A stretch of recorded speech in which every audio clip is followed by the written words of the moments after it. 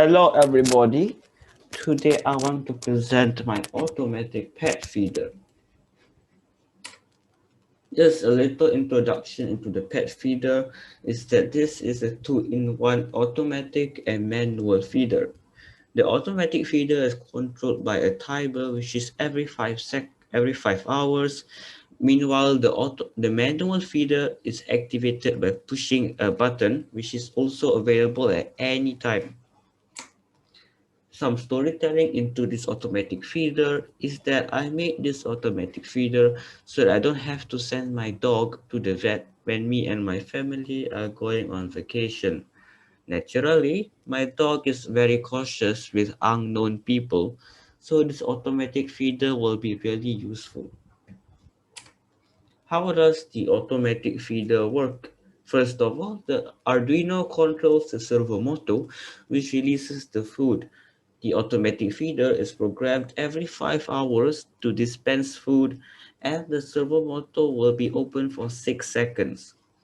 The manual feeder can be activated at any time, but this time the servo motor will only be open for 3 seconds. Now let's look at the coding process. As you can see, the bigger code is it's the manual feeders code, and the bottom right, that is the automatic feeders code, and the bigger one is the manual feeders code. Now let's look at some components that I used. Of course, I use an Arduino Uno, a breadboard, a servo motor as the output, and a big red push button as the input. There are also some other components that I didn't include but I still used, such as crocodile clips, jumper wire, resistor, and capacitor. This is a picture of the automatic feeder. As you can see, at the bottom there is a big red push button, and at the lid of the bottle you can see the servo motor. Now let's watch the demonstration video.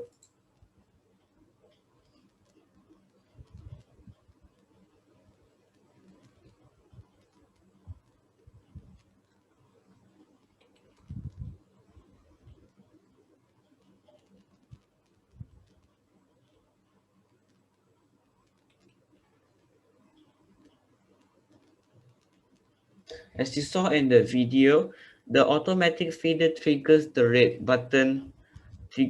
red button, which is the input, is pressed, allowing for the servo motor, which is the output, to open and for food to come out.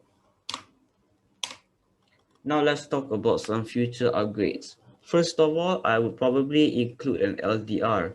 An LDR triggers an LED to turn on when it senses less light in the evening or in the night.